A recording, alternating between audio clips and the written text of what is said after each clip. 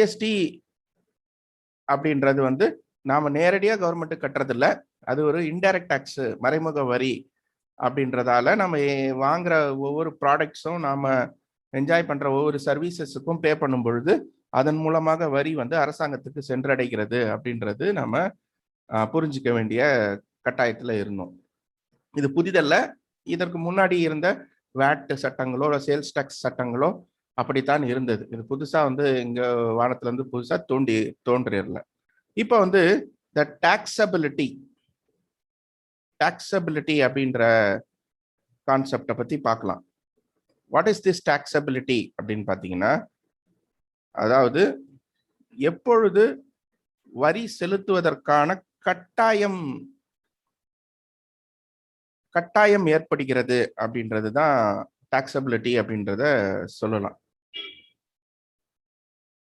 ஒரு business transaction ஏதாவது நடந்தால் அதுல வந்து வரி கட்டுவது என்பது அவசியமாகிறது அப்படின்றத பார்த்தோம் இல்லையா? சரி, இப்போ நம்ம ஓல்டு டாக்ஸ் லாஸ்ல பாத்தீங்கன்னா, சட்டங்கள்ல, பழைய வரி சட்டங்கள்ல பாத்தீங்கன்னா, நம்ம பையிங் அண்ட் செல்லிங் ஆஃப்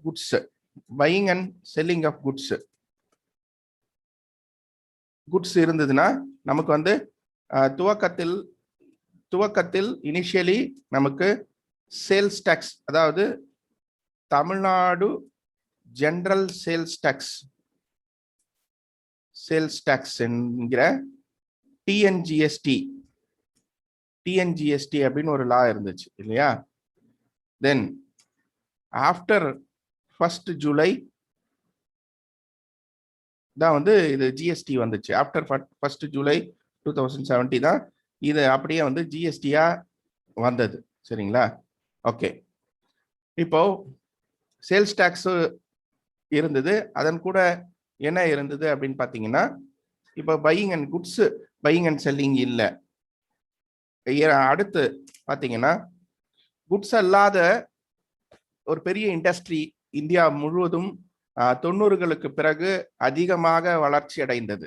1990களுக்கு பிறகு உலகமயமாக்கல் வந்த பிறகு பாத்தீங்கன்னா, அப்போ வந்து தாராளமயமாக்கல் கொள்கைகள் பொதுவெளியில மத்திய அரசாங்கம் எடுத்த பிறகு நமக்கு இந்த சேவை நிறுவனங்கள், சர்வீசஸ் இண்டஸ்ட்ரி நிறைய வர ஆரம்பிச்சிச்சு. அந்த சர்வீசஸ் இண்டஸ்ட்ரியில வந்து வருமானம் நிறைய வர ஆரம்பிச்சிச்சு. பொருட்கள் உற்பத்தி செய்வதை காட்டிலும் சேவைகள் தான் இப்போ நிறைய. ஏன்னா பொருட்கள் பாத்தீங்கன்னா, நீங்க நல்லா கவனிச்சு பாத்தீங்கன்னா, உலகம் பூராவும் பரவலா நிறைய நாடுகள்ல வந்து எங்கெங்கெல்லாம் லேபர் கம்மியா இருக்கும் அந்த இடங்கள்ல வந்து பொருட்கள் எல்லாம் உற்பத்தி ஆகிற விஷயங்கள் பரவிச்சு. ஏன்னா நாம உற்பத்தி செய்யற அதே பொருளுக்கு வந்து வெவ்வேறு தரங்களில் வெவ்வேறு நாடுகளில் பொருட்கள் உற்பத்தி ஆனது. அப்படி இருக்கும்போது இந்தியர்கள் அவர்களுடைய திறன் சார்ந்து பார்க்கும்பொழுது சர்வீசஸ், அவங்க நாலேஜ், இன்டெலெக்சுவல் பார்ட் அவங்க எடுத்துக்கிட்டதால சர்வீஸ் இண்டஸ்ட்ரி வந்து வளர ஆரம்பிச்சது. கடந்த 20-30 வருடங்களா சர்வீஸ் இண்டஸ்ட்ரி பெரிய அளவுல வளர்ச்சி பெற்றது. ஸோ அதனால நம்ம இந்தியால சர்வீஸ் டாக்ஸ் ஆக்ட் அப்படின்றது வந்து 1994 இருந்து அறிமுகமானது. சர்வீஸ் டாக்ஸ் லா வந்து 1994 இருந்து அறிமுகமானது. சரி, இப்ப இந்த சர்வீஸ் டாக்ஸ்க்கு வந்து அடிப்படை என்னன்னா, there should be a service, ஒரு சர்வீஸ் இருக்கணும், சர்வீஸ் ப்ரொவைடர் இருக்கணும், அண்டு சர்வீஸ் ரிசீவர்னு இருக்கணும். இந்த 2 பேர் தான் அவசியமாகிறாங்க. இப்போ நிறைய டிபேட்ஃபுல் சப்ஜெக்ட் இதுல இருந்தது. அதுக்குள்ளலாம் பெரிதளவுல போக வேண்டாம், ஏன்னா அந்த சட்டங்கள்லாம் வந்து முடிவுக்கு வந்து விட்டன. ஏன்னா முதலில் இந்த VAT, service tax, sales tax, goods tax என்கிற சேல்ஸ் டாக்ஸ் அல்லது வேட் என்பது மாநில அரசாங்கங்கள், ஸ்டேட் லானால அட்மினிஸ்டர் பண்ணப்பட்டிருந்தது. அதாவது மாநில சட்டங்கள், மாநில அரசாங்கங்கள், ஸ்டேட் கவர்மெண்ட் வந்து அதை கண்காணிச்சுட்டு இருந்தாங்க. அந்த வரி வருமானத்தெல்லாம் அவங்க கலெக்ட் பண்ணிட்டு இருந்தாங்க. சர்வீஸ் டாக்ஸ் எல்லாமே பாத்தீங்கன்னா சென்ட்ரல் கவர்மெண்ட்டுக்கு தான் அந்த வருமானமா போயிட்டு இருந்தது. அதனால இங்க ஸ்டேட் கவர்மெண்ட் வந்து அவங்களுக்கு வருமானம் சேல்ஸ் டாக்ஸ்ல இருந்ததால மோஸ்ட் ஆஃப் தி இண்டஸ்ட்ரியில வந்து வேட் ரெஜிஸ்ட்ரேஷன் தான் வந்து இனிஷியலா கம்பல்சரியா எல்லாரும் பண்ணுவாங்க. சர்வீஸ் டாக்ஸ் ரொம்ப ரேர். ஆக்சுவலா சர்வீஸ்ன்ற கேட்டகரிக்கே மக்கள் அவ்வளோ எளிதா வரவே மாட்டாங்க. ஜிஎஸ்டிக்கு முந்தைய காலகட்டத்தில் சொல்றேன். பெரிதளவுல வந்து சர்வீசஸ்க்கான டெஃபினிஷன்ஸும் வந்து அப்போ கொடுக்கப்படலை. ஆரம்ப காலத்துல முதல்ல வந்து சர்வீசஸ் வந்து ஒவ்வொரு கேட்டகரி ஆஃப் சர்வீசஸா கொண்டு வந்தாங்க. பிறகு பின்னொரு நாளில் என்ன பண்ணாங்கன்னா 2009 வாக்குல என்ன பண்ணிட்டாங்கன்னா சர்வீசஸ் லிஸ்ட் நிறைய ஆயிடுச்சு. அதனால என்ன பண்ணாங்க, நெகட்டிவ் லிஸ்ட் அப்படின்னு சொல்லி ஒரு கேட்டகரியை கிரியேட் பண்ணிட்டு, அதாவது இந்தந்த சேவைகளுக்கெல்லாம் மட்டும் வரி கிடையாது, சர்வீஸ் டாக்ஸ் கிடையாது, சர்வீஸ் டாக்ஸ் உடைய சுமை கிடையாது அப்படின்றத சொல்லிட்டு அந்த சேவைகளை அப்பாற்பட்டு மற்ற எல்லா சேவைகளுக்கும் சர்வீஸ் டாக்ஸ் அப்ளிகபிள் அப்படின்னு 2009 ஒரு ஸ்டாண்ட் எடுத்தாங்க. அதாவது 1994 சர்வீஸ் டாக்ஸ் சட்டம் வருகிறது. ஆனா அந்த சட்டம் வந்து முழுமை பெற்றதுன்னு பாத்தீங்கன்னா 2009 தான் ஒரு முழுமை பெறுகிறது. அப்போ இதுதான் ஒரு பெஞ்ச் மார்க், ஒரு அளவுகோல். ஒரு புதிய சட்ட திட்டம் வருகிறது, ஒரு வரி சார்ந்த சீர்திருத்தம் வருகிறது என்றாலே அது முழுவதுமாக நிலை பெறுவதற்கு வந்து குறைந்தபட்சம் 10 ஆண்டுகளாவது ஆகும். முதல் 5 வருடத்துல அதனுடைய புரிதல் புரிஞ்சுக்கிறதே ரொம்ப கஷ்டமா இருக்கும். அடுத்த 5 வருடத்துல தான் வந்து அதுல கம்ப்ளையன்ஸ் வந்து அதை புரிஞ்சுக்கிட்டு செயலாக்கம் செய்யறவங்க வருவாங்க. 10வது ஆண்டு இறுதியில தான் அரசாங்கத்துக்கு எதிர்பார்த்த அவங்களுடைய எக்ஸ்பெக்டட் ரிசல்ட்ஸ் எல்லாம் வரும். இதுதான் வந்து ஜென்ரலா இருந்தது. இப்போ வேட் சிஸ்டம் கூட நம்ம இந்தியால 2005 அறிமுகம் செய்யப்பட்டது. தமிழ்நாட்டில் 2006 அறிமுகமானது. 2015-16 ஈசி டாக்ஸ்ன்னு சொல்லிட்டு ஒரு நடைமுறை நம்ம தமிழ்நாட்டில் வந்துச்சு 2016. அப்பதான் முழுமை அடைந்ததுன்னே சொல்லுவோம். அது வரைக்குமே வேட் வந்து பெரிதளவுல வந்து நிறைய இடையில மாற்றங்கள் நிறைய விஷயங்கள் வந்தாலும் அந்த ஈசி டாக்ஸ், எலக்ட்ரானிக் கமர்ஷியல் டாக்ஸ்ன்னு சொல்லி 2016 ஜெயலலிதா அவர்கள் வந்து கடைசியா இருந்தப்ப அவங்க மெனக்கெட்டு நிறைய விஷயங்கள் பண்ணதுல அந்த ஒரு எஃபர்ட் ஈசி டாக்ஸ்ன்ற ஒரு விஷயம் வந்தது. அந்த நடைமுறை தான் வந்து ஒரு matured level of sales tax லான்னு சொல்லலாம். சரி, இப்படி பார்க்கும் பொழுது எந்த சட்டமும் வந்து நடைமுறைக்கு முழுவதுமா புரிஞ்சு வரணும் அப்படின்னா 10 வருஷம் ஆகுது. அப்போ அதனால ஜிஎஸ்டியை பொறுத்த வரைக்கும் இப்போ 3 வருஷம் தான், 4 வருஷம் முடிய போகுது. ஆல்மோஸ்ட் இப்போ ஜூன் மாசம் வந்துச்சுன்னா 4 வருஷம் தான் முடிய போகுது. ஆனா இதுல ஏற்கனவே இருந்த சேல்ஸ் டாக்ஸ், சர்வீஸ் டாக்ஸை காட்டிலும் பல மடங்கு சேலஞ்சஸை வந்து நம்ம இங்க ஃபேஸ் பண்ணியிருக்கோம். சேலஞ்சஸை ஃபேஸ் பண்ணி, ஏன்னா குறுகிய காலத்துல மிக அட்வான்ஸ்டு விஷயம், நிறைய விஷயங்களை வந்து அதுல உள் செலுத்தி கவர்மெண்ட்டுக்கும் சேலஞ்சிங்கா நிறைய விஷயங்கள் பண்ணியிருக்காங்க. பிசினஸ் மேனும் நிறைய சேலஞ்சிங்கா பண்றாங்க. இதுல என்னன்னா இந்த அதிவேக பயணத்துல வந்து நிறைய பேர் அந்த பயணத்துடைய வேகம் புரியாம சிக்கல்ல மாட்டி செதறினவங்க தான் நிறைய இருக்காங்க. இது யார் மேல தப்புன்னு சொல்லிட்டு அந்த டிபேட் சப்ஜெக்டுக்கு போக விரும்பல. பட் அவ்வளவு 10 ஆண்டு காலம் எடுக்க வேண்டிய ஒரு இடத்துல இந்த 4 வருஷத்துல ஜிஎஸ்டில என்ன ஒரு மெச்சூரிட்டி லெவல் இப்போ வந்திருக்குன்னா, பெட்டர் மெச்சூரிட்டி லெவல் வந்திருக்குன்னே கூட சொல்லலாம். இன்னும் நிறைய சென்று சேர வேண்டிய தூரம் வந்து நிறைய இருக்கு. இதற்கிடையில வந்து சமுதாய சூழ்நிலை அதெல்லாம் தாண்டி பயணிச்சிருக்கும். சரி, இப்போ இந்த சப்ஜெக்ட் வரும். இங்க சேல் ஆஃப் குட்ஸ் தான் வந்து ஒரு டாக்ஸபிள் ஈவெண்டா இருந்தது. யாருக்குன்னா நம்மளுடைய சேல்ஸ் டாக்ஸ் லால இருந்தது. அதான் அதே போல ப்ரொவைடிங் சர்வீஸ், ஒரு சேவையை புரிதல், அதுதான் வந்து ஒரு டாக்ஸபிள் ஈவெண்டா இருந்தது நம்மளுடைய சர்வீஸ் டாக்ஸ் லால. அது என்ன டாக்ஸபிள் ஈவெண்ட் அப்படின்னு நான் சொல்றேன் அப்படின்னா, ஏதோ ஒரு செயல்பாடு நடந்தாதான், ஒரு செயல் நடந்தாதான் அதற்கான பலனை வந்து எதிர்பார்க்க முடியும் இல்லையா? இப்போ பலன் என்பது அரசாங்கத்திற்கு அந்த வரி வருமானம். அந்த வரி வருமானம் இப்ப சேல்ஸ் டாக்ஸ் லால சேல் பண்ணா குட்ஸ் எல்லாம் சேல்ஸ் பண்ணா நீங்க சேல் டாக்ஸ் கட்டணும்.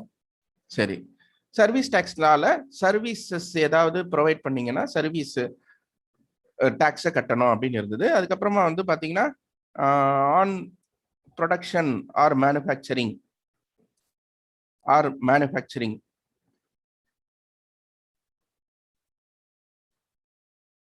ப்ரொடக்ஷன் ஆர் மேனுஃபேக்சரிங் உற்பத்தி செய்யறீங்க அப்படின்னா அங்க சென்ட்ரல் எக்ஸைஸ் லா அப்படின்னு ஒண்ணு இருந்தது. சென்ட்ரல் எக்ஸைஸ் லா இதெல்லாம் ஜிஎஸ்டிக்கு முன்னாடி இருந்த விஷயங்கள், இப்ப இருக்குன்னு பயப்பட வேண்டாம் நீங்க. அதே போல இப்பவும் தொடரக்கூடிய ஒரு விஷயம் என்னன்னா, on import of goods from outside India, import of goods from outside India, இந்தியாவிற்கு வெளியில இருந்து பொருட்கள் இந்தியாவுக்குள்ள வரப்போ கஸ்டம்ஸ் லா வந்து நமக்கு இருந்தது. கஸ்டம்ஸ் லா வந்து நமக்கு இருந்தது. ஸோ இதுதான் பொதுப்படையா இருந்த விஷயங்கள். இதை தாண்டி நிறைய வரிகள் எல்லாமே இருந்தது. அதாவது ஸ்டேட் டு ஸ்டேட் போனா என்ட்ரி டேக்ஸ், ஆக்ட்ராய் இதெல்லாம் நம்ம பார்த்தோம். நிறைய எலிமெண்ட்ஸ் எல்லாம் பார்த்தோம். என்டர்டைன்மெண்ட் டேக்ஸ், சினிமா இண்டஸ்ட்ரியில, அப்புறம் கேளிக்கை வரிகள் சொல்றாங்களா அந்த மாதிரி, அப்புறம் அட்வர்டைஸ்மெண்ட் டேக்ஸ், இந்த மாதிரி நிறைய டோல் டேக்ஸ் இதெல்லாமே கூட பார்த்தோம். சேல்ஸ் டாக்ஸ்லயே அது இன்னொரு காம்பனண்டா சென்ட்ரல் சேல்ஸ் டாக்ஸ்ன்னு சொல்லி ஒவ்வொரு மாநிலத்துக்கு இடையில சேல்ஸ் நடந்துச்சுன்னா சென்ட்ரல் சேல்ஸ் டாக்ஸ் இதெல்லாம் பார்த்துட்டு இருந்தோம். சரியா? இப்போ இந்த பொதுப்படையான the major 4 components of the indirect tax law, ஜிஎஸ்டிக்கு முன்னால் இருந்த 3 காம்பனன்ட்ஸ், ஜிஎஸ்டிக்கு முன்னால் இருந்ததுன்னு பார்த்தா 3 காம்பனன்ட்ஸ், மற்றபடி ஜிஎஸ்டி முன்னாலும் பின்னாலும் இப்ப இருக்கக்கூடிய காமன் காம்பனன்ட் எதுனா கஸ்டம்ஸ் லா. இந்த 4 விஷயத்துக்கும் எது அடிப்படையா இருக்குன்னா ஒரு விதமான ஒரு நடவடிக்கை வந்து அங்க அடிப்படையா இருந்தது. அந்த வரி வருமானம் அரசாங்கத்துக்கு போய் சேரணும்னா ஒரு நடவடிக்கை அங்க ஆதாரமா இருந்துச்சு. வரி என்கிற ஒரு பலனை அரசாங்கம் பெற வேண்டும் என்றால் ஏதோ ஒரு நிகழ்வு நடந்திருக்கணும். அது ஒவ்வொரு சட்டத்திற்கும் ஒரு நிகழ்வு ஆதாரமாக அச்சாணியாக இருக்கிறது, ஆதாரமாக அச்சாணியாக இருக்கணும். சரியா? when your GST is applicable, அப்போ டாக்ஸ் என்பது எப்போ கவர்மெண்ட் வந்து நம்மளை கேட்கும் அப்படின்றது நமக்கு வந்து மனதுல ஏற்றுக்க வேண்டிய ஒரு விஷயம். ஸோ இதுல ஜிஎஸ்டியை பொறுத்த வரைக்கும் டாக்ஸபிலிட்டிக்கு வந்து சப்ளை அப்படின்ற விஷயத்த, இந்த சப்ளைன்ற விஷயம் சேலையும் குறிப்பிடும், ப்ரொவைடிங் சர்வீஸையும் குறிப்பிடும். சிம்பிளா இப்போ டு ஸ்டார்ட் வித் அதை புரிஞ்சுக்கணும் அப்படின்னு சொன்னா, சப்ளை இன்க்ளூட்ஸ்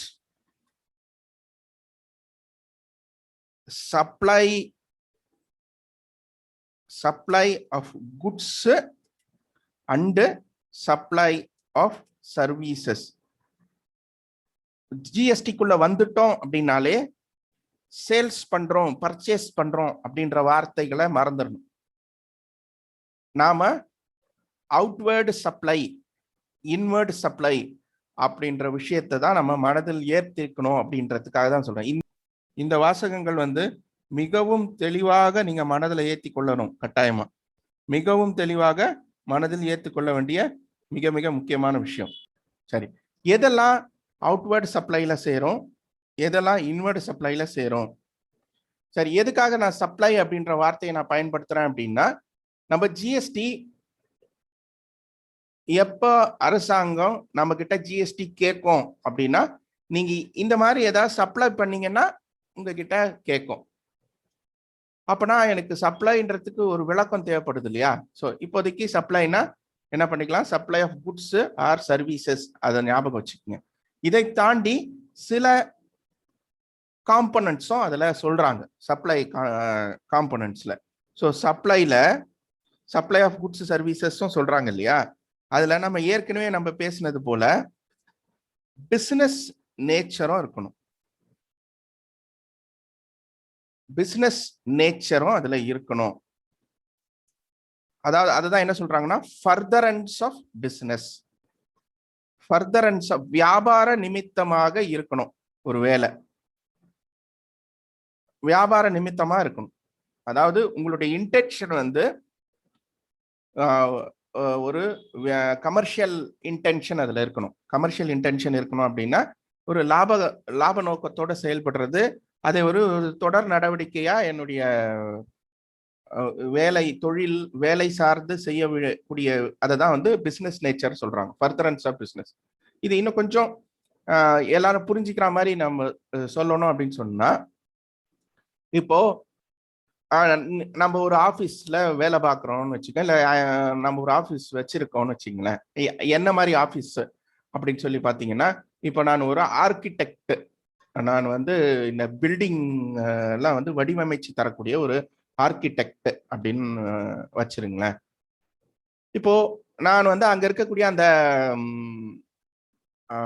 முக்கியமான அந்த என்ஜினியர் ஆர்கிடெக்ட் இருக்கிறாரு, அவர் வந்து முக்கியமான நபரா இருப்பாரு. அவர் ஒரு ப்ரொப்ரைட்டரி கன்சர்னோ இல்லை பார்ட்னர்ஷிப் ஃபர்மோ இல்லை பிரைவேட் லிமிடெட் கம்பெனியோ based on the size of the organisation, அந்த கம்பெனி நிறுவனத்துடைய வளர்ச்சி கேட்டார் போல அவங்க வந்து அந்த நிறுவன அமைப்பு இருக்கும்.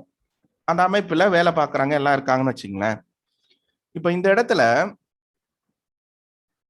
அவர் வந்து ஒரு பில்டிங்க்கு டிராயிங் வரைஞ்சி கொடுக்கறது தான் அந்த ஆர்கிடெக்டுடைய வேலை. நல்லா கவனம் பாருங்க, பில்டிங்க்கு டிராயிங் போட்டு கொடுக்கறது தான் ஒரு ஆர்கிடெக்டுடைய வேலை.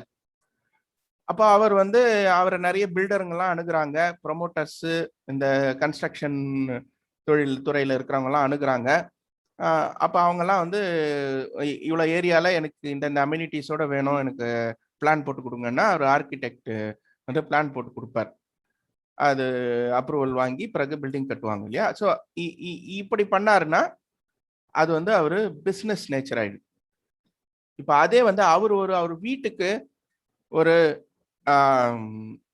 அவர் அண்ணன் தம்பிங்களுக்கு ஏதோ வீடுக்கு பிளான் கேட்குறாங்கன்னு வச்சுக்கோங்களேன், இல்லை அவங்க ஆஃபீஸில் வேலை பார்க்குற எம்ப்ளாயீஸ் இருக்கிறாங்கன்னு வச்சுக்கோங்களேன், அவங்க சார் நான் எங்களுக்கு வீடு நான் கட்ட போகிறோம் சார், எனக்கு உங்களுடைய ஐடியா வேணும் சார். அப்போ அந்த இடத்துல அவங்களுக்கு வீடு கட்டுறதுக்கு பிளான் போட்டு தராரு அப்படின்னா அந்த இடத்துல பிஸ்னஸ் நேச்சர் இருக்கா அப்படின்றத பார்க்கணும். சரி, இப்போ இந்த உதாரணத்துல நீங்க உங்களுடைய ஆராய்ச்சியை கொஞ்சம் இதுல போட்டு நீங்க சொல்லுங்க, எப்படி நாம பிஸ்னஸ் நேச்சர் ஒரு சப்ளை பண்றோம், குட்ஸோ சர்வீஸோ ஏதோ சப்ளை பண்றோம், அது பிஸ்னஸ் நேச்சரா இல்லையான்றது எதை வச்சு நமக்கு தெரியும்? Relationship between the two parties, அந்த டிரான்சாக்ஷன், அந்த சப்ளை நடக்கும் பொழுது இன்வால்வ் ஆயிருக்கிற 2 நபர்கள் இருக்காங்க இல்லையா, அவர்களுடைய ரிலேஷன்ஷிப்பின் அடிப்படையில அது பிசினஸ் நேச்சர்னு தெரியுமா, இல்ல அதுக்காக பிரதிபலனா கன்சிடரேஷன் என்ன வாங்குறாங்க அப்படின்றத வச்சு, அதாவது நான் ஒரு வேலை செய்து கொடுக்குறேன், அந்த வேலைக்காக நான் பொதுவாக எவ்வளோ ரூபாய் சார்ஜ் பண்றனோ அதே ரூபாய் ஃபீஸ், ஓகே கலெக்டிங் ஃபீஸ்னு ஒருத்தர் போடுறாரு, பிரதிபலனா வாங்கக்கூடிய ஒரு விஷயத்தின் அடிப்படையில எனக்கு வந்து அது பிசினஸ் நேச்சர்ன்றது தெரிய வருமா, இல்ல relationship between the two parties in இதுவா? இது உங்களுடைய பாயிண்ட் ஆஃப் வியூ எனக்கு சொல்லுங்க. கன்சிடரேஷன் அப்படின்றது இங்க வருது, அதாவது அடுத்த சப்ளைக்கு அவசியமான அடுத்த பாயிண்ட். எனக்கு பிசினஸ் வியாபார நிமித்தமா இருக்கணும்னா அங்க வந்து காம்ப்ரமைஸ் இல்லாத ஒரு பிரைசிங் இருக்கணும். ஏன்னா லாப நோக்கத்தோட செயல் பண்ற மாதிரி ஒரு பிரைசிங் ஒன்று இருக்கணும் அங்க. அது மட்டும் இல்லாம லாப நோக்கம், இப்போ நான் அதுதான் லாப நோக்கம், இப்ப நீங்க எல்லாருமே சொன்னது அந்த ஒரு விஷயம் தான். கன்சிடரேஷன் அப்படின்றதும் அதுதான், பிரைசிங் தான் வருது, கலெக்ஷன் ஃபீஸ். அப்போ ஏதோ ஒன்று நாம வருமானத்துக்காக செய்யும் பொழுது அங்க பிசினஸ் நேச்சர் வருது அப்படின்னு நீங்க சொல்றீங்க, கரெக்ட், ஓகே. ஸோ இந்த இடத்துல ஒரு ப்ராஃபிட் இல்லாமையே ஏதோ ஒரு குறைபாடு இருக்கு, இல்ல ஏதோ ஒரு கன்செஷன், நம்ம வந்து ஏதோ ஒரு விஷயத்துக்கு ஸ்பான்சர் பண்றதுக்காக நாம விஷயத்த நம்ம பண்றோம் வச்சுக்கோங்களேன், அதாவது அதனுடைய அடக்க விலைக்கும் குறைவாக லாப நோக்கம் எதுவுமே இல்லாம ஒரு விஷயத்த செய்யறோம்னு வச்சுங்களேன், அப்ப அப்படின்னா அங்க பிசினஸ் நேச்சர் இல்லைன்னு சொல்ல முடியுமா உங்களால? எஸ்ஆர்னோ சொல்லுங்க. கன்சிடரேஷனையும் தாண்டி பிசினஸ் நேச்சரை நிர்ணயம் பண்றது எது? Consideration is nothing but price for the product or service supplied. அதுதான் கன்சிடரேஷனை தாண்டி என்ன relationship between the relationship between the parties involve in supplies. Supply என்ற காமன் டெர்மினாலஜியை பயன்படுத்தும் பொழுது எதெல்லாம் மூல காரணிகளாக இருக்கிறது? ஏன்னா நாம ஜிஎஸ்டிக்கு முன்னால் இருந்த பல சட்டங்கள் கவனிக்க தவறிய விஷயங்களை இவங்க கொஞ்சம் கொஞ்சமா அவங்க இதுல கவர் பண்ணிக்கிட்டே வராங்க. இருந்தாலும் still there is a lot of debate on the terminology supply. அது வேற விஷயம். நீங்க ஒரு அட்வொகேட்டோ, இன்டைரக்ட் டாக்ஸ் ப்ராக்டிஸ் பண்ற அட்வொகேட்டையோ, ஒரு சிஏவியோ, ஒரு சீனியர் மோஸ்ட் இன்டைரக்ட் டாக்ஸ், நம்ம நார்மல் சிஎஸ் அட்வொகேட்ஸ் சொல்லல, எக்ஸ்க்ளூசிவ் ப்ராக்டிஷனர்ஸ் ஆஃப் ஜிஎஸ்டி அவங்க கிட்ட போனீங்கன்னா அவங்க நிறைய கதைகள் இதை பத்தி சொல்லிட்டே இருப்பாங்க. அன்றாடம் ஹைகோர்ட்லயும் சுப்ரீம் கோர்ட்லயும் ஏகப்பட்ட கேசஸ் இதுக்காக ஃபைல் ஆயிட்டே இருக்கும் சப்ளைன்ற ஒரு விஷயத்தை பொறுத்த வரைக்கும். ஏன்னா அவ்வளோ பெரிய சப்ஜெக்டானா, ஆமா உண்மையா அவ்வளோ பெரிய சப்ஜெக்ட் தான் நான் சொல்லுவேன். ஏன்னா இந்த சப்ளைன்ற ஒரு டேர்ம் தான் ஜிஎஸ்டி உங்களுக்கு அப்ளை ஆகிற ஒரு விஷயம் ஆகுது. ஜிஎஸ்டி அப்ளை அப்போ நான் செய்யறது சப்ளைன்றது, இப்போ நான் ஒண்ணுமே இல்லை, நான் நார்மலா இப்போ நம்ம வீடு வாங்கறதுக்கோ இல்லை வீடு வாடகைக்கு போகும்போது பார்த்தீங்கன்னா ஒவ்வொரு ஏரியாவுக்கும் ஒரு ரெப்ரசன்டேட்டிவ்ஸ் மாதிரி யாராவது ஒருத்தவங்க இருப்பாங்க. அவங்க பார்த்தீங்கன்னா அந்த ஏரியால எந்தெந்த வீடு காலியாக இருக்கு அதெல்லாம் பார்த்துக்கிட்டே இருப்பாங்க. அப்போ அவரு பார்த்தீங்கன்னா புரோக்கரேஜ் மாதிரி இருக்கும், but not organised and official brokerage system மாதிரி இருக்காது. பட் அந்த இன்ஃப்ளூயன்ஸ்ல ஏரியாவில் இருக்கிற இன்ஃப்ளூயன்ஸை வச்சு அவங்க பண்ணிட்டு இருப்பாங்க. அப்போ அவரு எந்தெந்த இடத்துல வீடு காலியா இருக்குன்னு தெரியும். நம்ம புதுசா அந்த ஏரியாவுக்கு போனோம்னா இங்க வீடு காலியா இருக்குன்னு சொல்லிட்டு போய் காமிச்சிடுவாரு. இந்த வீடு எதாவது பிடிச்சி வாடகைக்கு போறோம்னா ஒரு வீட்டு வரவங்க கிட்ட ஒரு அமௌண்ட் வாங்கிப்பாங்க, இவங்க வீடு வாடகைக்கு விடுற அவங்க கிட்ட ஒரு அமௌண்ட் வாங்குவாங்க. இது ஒரு கமிஷன் புரோக்கரேஜ் சிஸ்டம் நார்மலா நம்ம இருக்கக்கூடிய ஏரியாக்கள்ல இருக்கக்கூடிய விஷயம். இப்ப இது சப்ளையா? இதுதான் நான் அன்றாட விஷயங்கள்ல இது ஜிஎஸ்டிக்கு உட்பட்ட ஒரு விஷயமா அப்படின்னா எஸ், அது பிக் எஸ் அதுக்கு. ஏன்னா this is also supply of services நான் சொல்றேன். இப்போ இதனுடைய கிரைட்டீரியாக்கள் என்னென்ன? இங்க பிசினஸ் நேச்சர் இருக்கா? ஆமா, அவர் ஒரு வேலை செய்யறாரு, அந்த வேலை செய்யறதுக்கு காசு வாங்குறாரு, வேலை செய்யறதுக்கு காசு வாங்கிக்கிறாரு. அந்த 2 நபர்கள் இருக்கிறாங்க இல்லையா, அந்த 2 நபர்கள் அந்த சர்வீஸ் கொடுக்குறவங்க, சர்வீஸ வாங்கிக்கிறவங்க. இங்கே எது முக்கியமான அளவுகோலாக இருக்கிறது என்று பார்த்தீர்கள் என்றால், நீங்கள் செய்யும் செயல் அது வியாபார நிமித்தமாக இருக்கிறதா, அப்புறம் அதற்காக ஏதாவது ஒரு கன்சிடரேஷன் பிரதிபலனாக ஏதாவது விஷயத்தை வாங்குறீங்களா, அப்புறம் அந்த பார்ட்டிஸ் கூடிய யாரோ நீங்க தெரிஞ்சவங்களோ பிளட் ரிலேஷன்ஷிப்போ இல்லை நண்பரோ ஃப்ரெண்டோ இந்த மாதிரிலாம் கிடையாது. ஸோ இப்போ நீங்க 2 பேரும், அதாவது அந்த வீடு வாடகைக்கு சொல்றவராகட்டும், அதே போல அந்த வீடு தேடி வர ஒருவரும் ஒவ்வொருத்தருக்கும் முன்னறிமுகம் இல்லாத நபர்கள். அதுதான் என்ன சொல்றாங்கன்னா டிஸ்டிங்க்ட் பர்சன் அப்படின்றத சொல்றாங்க. Not related person, distinct person அப்படின்னு சொல்றாங்க. ஸோ டிஸ்டிங்க்ட் பர்சனா இருக்கும் பட்சத்துல அவர்களுக்கு இடையில ஏதோ அண்டர்ஸ்டாண்டிங்லாம் எதுவும் இருக்காது. ஸோ அரசாங்கத்துக்கு என்ன தெரியும்னா, நீங்க பையரும் செல்லரும் வெவ்வேறு நபர்களா இருக்கணும், செய்யும் சேவைக்கோ இல்ல நீங்க சப்ளை பண்ணும் பொருளுக்கோ பிரதிபலனா ஏதோ வாங்கணும். அந்த பிரதிபலனா வாங்குற விஷயம் நீங்க இவ்வளவுதான் இருக்கணும், அது காஸ்ட் பிரைஸுக்கு மேல லாபத்தோட தான் இருக்கணும்ன்றதான் கிடையாது. நம்ம குறைச்சு, அதுதான் நான் சொல்றது, இந்த ஸ்கிராப் சேல்ஸ் இந்த மாதிரி கூட இருக்கலாம். அதனால அந்த விலை மதிப்பீடு என்பது அவசியமற்றதாக ஆகிறது எப்போ the actual business relationship is established. அதுதான் ரொம்ப முக்கியம். ஏன்னா வேட்டுக்கும் நம்ம ஜிஎஸ்டிக்கும் இருக்கக்கூடிய ஒரு மிகப்பெரிய வேறுபாடு என்ன என்று பார்த்தீர்கள் என்றால், வேட்டுக்கும் ஜிஎஸ்டிக்கும் இருக்கக்கூடிய மிகப்பெரிய வேறுபாடு என்ன என்று பார்த்தீங்கன்னா இந்த ஒரு பாயிண்ட் முக்கியமா இருக்கு. இந்த பிசினஸ் நேச்சர் கன்சிடரேஷன். வேட்லாம் பார்த்தீங்கன்னா நம்ம ஒரு பொருளுடைய அடக்க விலை ஒரு பொருளுக்கு அடக்க விலைக்கு கம்மியா பில் பண்ணா அது குவெஸ்டினபிளா இருக்கும். கேட்பாங்க, ஏன் நீங்க சப்ரஷன் ஆஃப் ஃபேக்ட்ஸ் பண்றீங்க, கம்மியாக இது பண்றீங்க, அப்போ நீங்க ஆக்சுவல் விலை என்னவோ ஃபேர் மார்க்கெட் பிரைஸ் என்னவோ அதுக்கு கட்டுங்க அப்படின்னு சொல்லுவாங்க. பட் இங்க ஜிஎஸ்டியில் அப்படி இல்லை. when there is a relationship between two parties, பையருக்கும் செல்லருக்கும் ரிலேஷன்ஷிப் இருந்தாதான் price becomes the question of fact. நீங்க எவ்வளவு விலைக்கு விற்கிறீங்கன்றது கேள்வியா வருது. அப்படி இல்லாத பட்சத்துல the consideration what you actually receive for the transaction becomes the transaction value. So GST is payable on that transaction value. Okay, so இந்த அடிப்படையில நாம பிரசன்டேஷனுக்குள்ள நுழைய போறோம். சட்டத்துடைய விளக்கத்தை பார்க்கலாம்.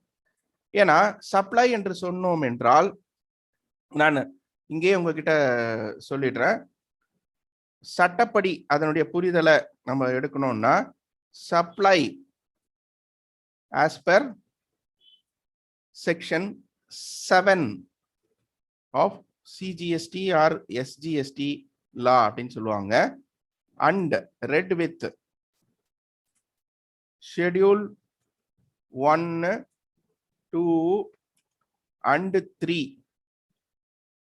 so சட்டத்துடைய வழிகாட்டுதல் என்பது இந்த சப்ளைக்கு கொடுத்துருக்காங்க. அதுக்கு ஒரு செக்ஷன் இருக்கு, அதுக்கான ஷெட்யூல் எல்லாம் கொடுத்துருக்காங்க. அதை பத்தி தான் இப்ப பார்க்க போறோம். இப்ப நம்ம காமனா அண்டர்ஸ்டாண்ட் பண்ணிட்டோம். இப்ப சட்டத்துல என்ன சொல்லியிருக்கு அதை பத்தி அப்படின்றத புரிஞ்சுக்கிறது. என்ன சார் நீங்க ஜிஎஸ்டி ரிட்டர்ன் ஃபைல் பண்றதுக்கு சொல்லி கொடுக்க சொன்னா என்னென்னவோ சொல்லி தரீங்களேன்னு சொல்லிட்டு ஆதங்கப்பட வேண்டாம். ஏன்னா நாம ரிட்டர்ன் ஃபைல் பண்றப்போ அவுட்வர்ட் சப்ளை, இன்வர்ட் சப்ளை என்னெல்லாம் வரப்ப நாம அதை எப்படி கையாளுறோன்றது புரியாம நம்ம செய்யறதால எந்த ஒரு அர்த்தமும் இல்லை. இதைதான் நான் உங்ககிட்ட சொன்னேன். Section 7 read with schedule 1, 2 and 3 அப்படின்றது. section 7 all forms of supply of goods or services made or agreed to be made. இப்போ ஏன் agreed to be made எல்லாம் போடுறாங்கன்னு சொல்லி பாத்தீங்கன்னா, இப்ப ஹையர் பர்ச்சேஸ் டிரான்சாக்ஷன் எடுத்துக்கலாம். ஹெச்பி டிரான்சாக்ஷன், ஹையர் பர்ச்சேஸ் டிரான்சாக்ஷன்ல பாத்தீங்கன்னா பையருக்கும் செல்லருக்கும் ஒரு அக்ரிமெண்ட் தான் போடுவாங்க. போட்டுட்டு நீங்க இனிஷியலா இவ்வளவு பே பண்ணுங்க, இவ்வளவு இன்ஸ்டால்மெண்ட், இந்த இன்ஸ்டால்மெண்ட் முடிஞ்ச பிறகு உங்களுக்கு இந்த ப்ராடக்ட் முழுசா உங்களுக்கு சொந்தமாயிடும் அப்படின்னு ஹையர் பர்ச்சேஸ் இன்ஸ்டால்மெண்ட்ஸ்ல நம்ம பொருட்கள் எல்லாம் வாங்குறோம்ல, அந்த டிரான்சாக்ஷன்லாம் வந்து ஜஸ்ட் அன் அக்ரிமெண்ட் தான். It's not an upfront sale. ஏன்னா பொருள் கூடிய விலையை முழுசுமா கொடுத்தீங்கன்னா தான் அந்த பொருளுக்குரிய உரிமை உங்களுக்கு மாற்றப்படும். ஸோ இந்த இடத்துல ஜிஎஸ்டி அங்க போடணுமா வேண்டாமான்றது ஆயிடும். அப்ப அங்க சேலே இல்லை, அந்த இடத்துல சேலே இல்லைன்றப்போ அங்க பிரச்சனை ஆகுமேன்றதால இங்க சப்ளைன்ற டெஃபினிஷன்ல அது அழகா காயின் பண்ணிட்டாங்க, அக்ரீடு டு பி மேடு அப்படின்ட்டு. அப்புறம் கன்சிடரேஷன் அந்த விஷயத்த சொல்லிட்டாங்க. ஃபர்தரன்ஸ் ஆஃப் பிசினஸ் அதையும் சொல்லிட்டாங்க. நம்ம பார்த்தோம் இல்லையா? இப்போ அந்த டெஃபினிஷன் நமக்கு நாம டிஸ்கஸ் பண்ண விஷயங்களை தான் இங்க நமக்கு சுட்டி காட்டுகிறது. சச் ஆஸ் அப்படின்னு போட்டுட்டு அதற்கான உதாரணங்களை சிலது காட்டுது நமக்கு. Sale, transfer, barter system, exchange, licence, rental, lease or disposal. பாத்தீங்கன்னா நாம சேல் மட்டும் தான் ஞாபகம் வச்சிருக்கோம். இப்ப டிரான்ஸ்ஃபர் ஒன்று இருக்கு, பார்ட்டர் சிஸ்டம்னா என்னன்னா பொருளை கொடுத்து பொருளை வாங்குறது, எக்ஸ்சேஞ்ச் பண்ணிக்கிறது. இதை எப்படி நான் சொல்லுவேன்னா, இப்போ ஒரு அதாவது கமர்ஷியல் என்விரான்மெண்ட்ல சொல்றேன். ஒரு ஃபிளாட் ப்ரொமோட்டர் கிட்ட பாத்தீங்கன்னா லேண்ட் வந்து பில்டிங் ஓனர், சாரி அந்த ப்ராப்பர்ட்டி ஓனர் வந்து லேண்ட் வச்சிருப்பாரு. கன்ஸ்ட்ரக்ஷன் பண்ற கம்பெனிக்காரங்க வந்து இந்த பில்டர்ஸ் எல்லாம் வந்து அந்த லேண்ட் ஓனர் கிட்ட ஒரு அக்ரிமெண்ட் போட்டுப்பாங்க. சார் இந்த லேண்டுக்கு டெவலப்மெண்ட் பண்றதுக்கு, அது ஃபிளாட்டா கட்டி டெவலப் பண்றதுக்கு எனக்கு உரிமை கொடுங்க, அதான் டெவலப்மெண்ட் ரைட்னு சொல்லுவாங்க. அந்த உரிமத்தை எனக்கு கொடுங்க. அது மாதிரி ஃபிளாட்டா கட்டி உருவாக்கின பிறகு நீங்க கொடுக்குற லேண்டுக்கான மதிப்பு எவ்வளவோ அந்த மதிப்பை அந்த கட்டின ஃபிளாட்ல இத்தனை ஃபிளாட் உங்களுக்கு நான் கொடுத்துட்றேன் அப்படின்னு ஒரு அக்ரிமெண்ட் போடுவாங்க. நார்மலா இதுதான் நம்ம இந்த ஃபிளாட் ரியல் எஸ்டேட் இண்டஸ்ட்ரியில நடக்கக்கூடிய விஷயம். லேண்ட் வச்சிருக்கவங்க கிட்ட யாரும் போய் அப்ஃப்ரண்டா பணம் கொடுத்து லேண்டை வாங்கி அதுல அபார்ட்மெண்ட் கட்டுறவங்கலாம் கிடையாது. இன்னைக்கு ஜாயிண்ட் வெஞ்சர்னு சொல்லுவாங்க. இதுதான் அங்க நடக்கக்கூடிய வேலை. இந்த இடத்துல என்ன ஆகுதுன்னா, அங்கதான் வந்து அந்த எக்ஸ்சேஞ்ச் நடக்குது. என்னன்னா, லேண்ட் ஓனர் லேண்டை கொடுக்குறாரு, அதுக்கு பிரதிபலனா அந்த பில்டர் வந்து கட்டி முடிக்கப்பட்ட பிளாட்ல இருக்கக்கூடிய 1 or 2 பில்டிங் பிளாட் வந்து ஆக்குபன்சியை வந்து இவருக்கு டிரான்ஸ்ஃபர் பண்ணி கொடுத்துக்கிறாருன்னு வச்சுக்கோங்களேன்.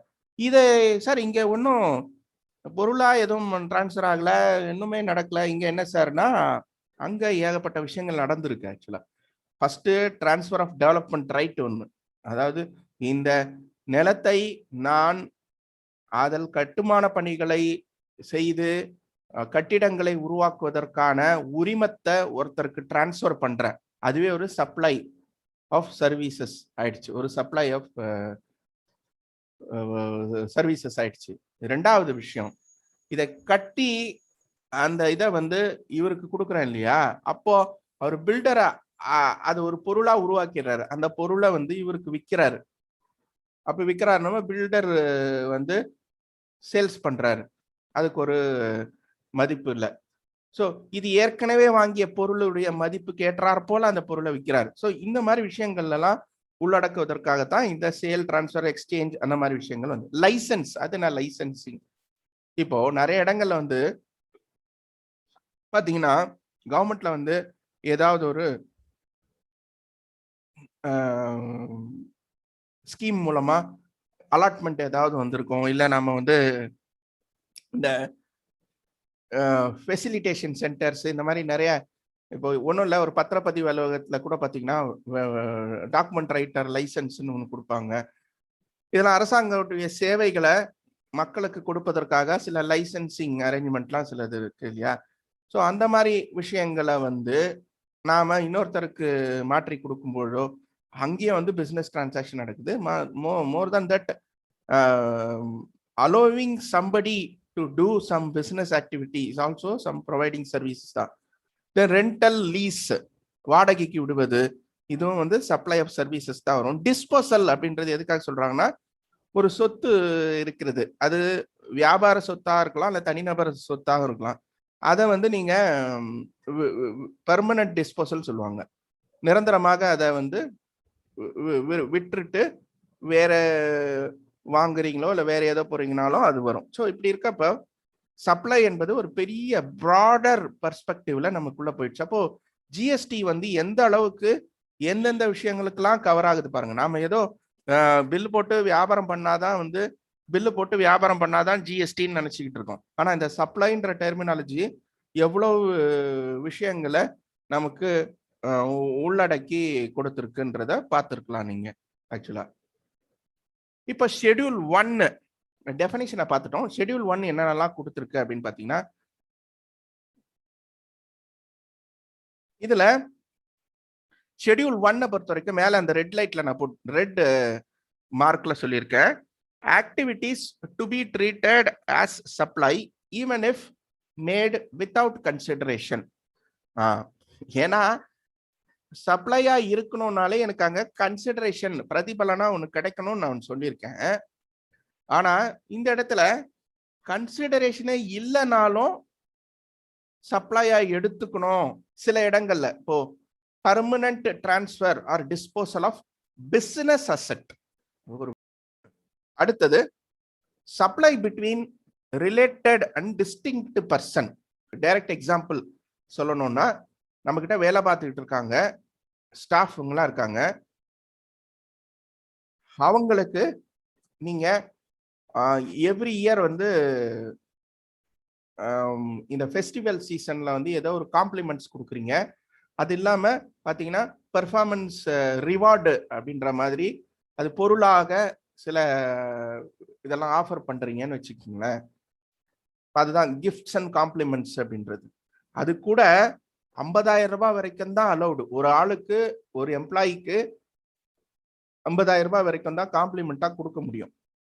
நீங்க இங்க என்ன சொல்லிட்டு, related or distinct person, company வந்து அவங்க எம்ப்ளாயிஸ்க்கு வந்து காம்ப்ளிமெண்ட் கிஃப்ட் கொடுக்கறது, டீலருக்கு, டிஸ்ட்ரிபியூட்டருக்கு, இவங்களுக்குலாம் கோல்டு காயின் கொடுக்கறது, ஸ்கீம் கொடுக்கறது, சுடக்ஸோ பாஸ் கொடுக்கறது, இதெல்லாம் வந்து மதிப்பு ஒரு வருடத்திற்கு ஒரு நபருக்கு 50,000 ரூபாய்க்கு மேல கொடுக்குறீங்கன்னா, சார் நான் தான் எதுவுமே காசு வாங்கிக்கல சார், நான் ஒன்றும் சேல்லாம் பண்ணல அவங்களுக்கு சார், நான் ஒரு கிராட்டிடியூட் அடிப்படையில், ஒரு நன்மதிப்பின் அடிப்படையில் கொடுக்குறேன் அவங்களுக்கு, அவங்களுடைய பெர்ஃபார்மன்ஸை அப்ரிஷியேட் பண்றதுக்காக அப்படிலாம் சொல்லலாம் நீங்க.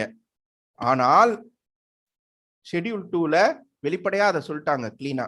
அப்படிலாம் நீங்க மதிப்பு 50,000 ரூபாய்க்கு மேல போகுது அது. அதனால நீங்க காசு வாங்குறீங்களோ இல்லையோ அதுக்கு ஒரு சேல் பில் ரைஸ் பண்ணி அதுக்கு அதனுடைய மதிப்பு என்னவோ அந்த மதிப்புக்கு ஜிஎஸ்டியை கட்டிடுங்க, எனக்கு கட்டிட்டு நீங்க அதை ஃப்ரீயா கொடுங்க, என்ன வேணாலும் கொடுத்துக்குங்க. அடுத்தது supply between principal and agent.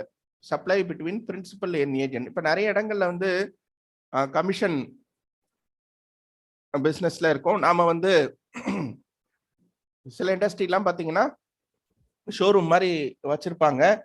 But product order மட்டும் அவங்க எடுப்பாங்க. ப்ராடக்ட் வந்து கம்பெனில இருந்து டைரக்டா போயிடும்.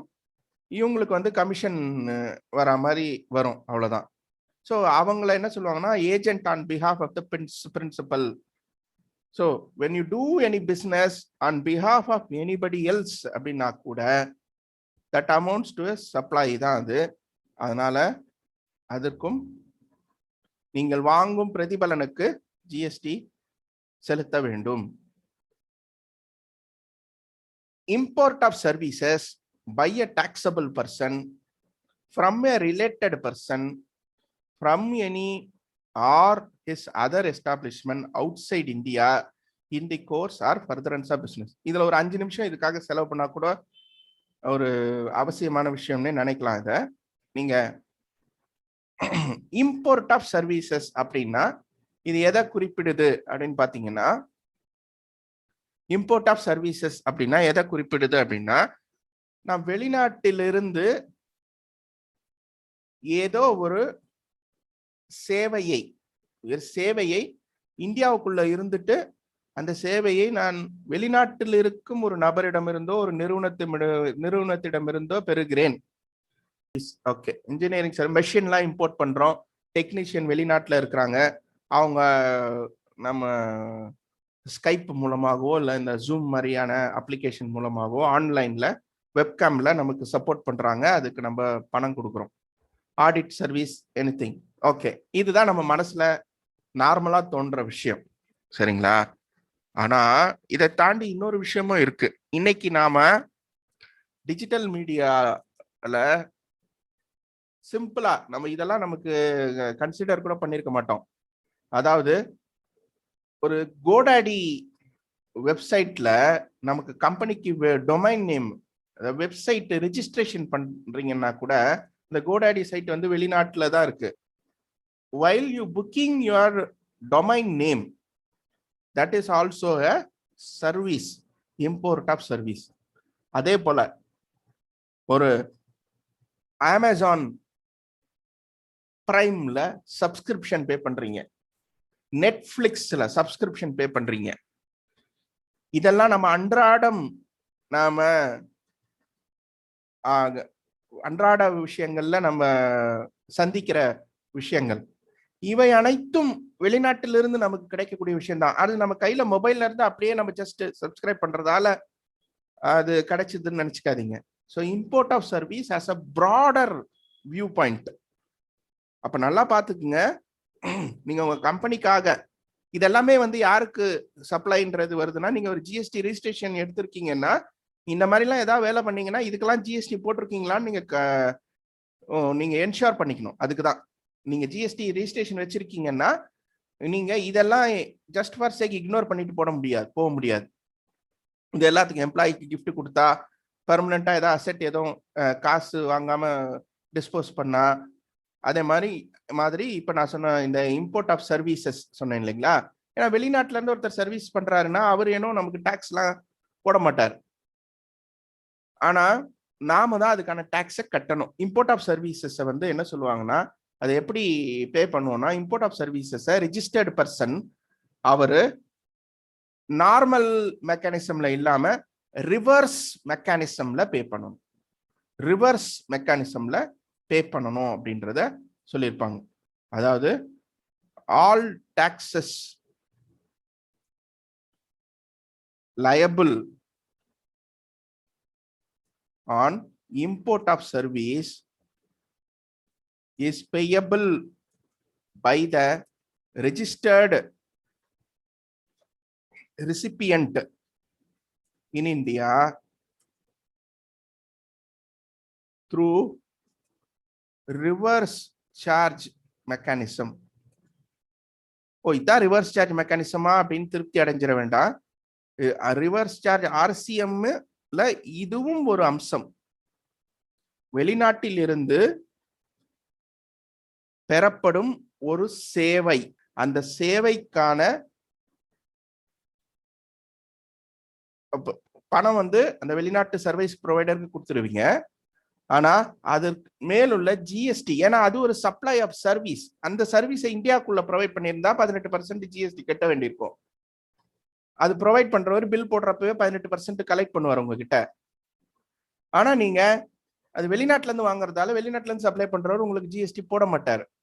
நீங்க GST நம்பர் வச்சிருந்தீங்கன்னா நீங்க அதுக்கு டாக்ஸ ரிவர்ஸ் சார்ஜ்ல கட்டணும். Reverse charge mechanism. ஏன் ரிவர்ஸ் சார்ஜ்னு சொல்றாங்கன்னா, நார்மல் மெக்கானிசம், ஃபார்வர்டு மெக்கானிசம்ன்றது நம்ம ஒருத்தர்கிட்ட கலெக்ட் பண்ணி கட்டினா அது நார்மல் மெக்கானிசம், ஃபார்வர்டு மெக்கானிசம்.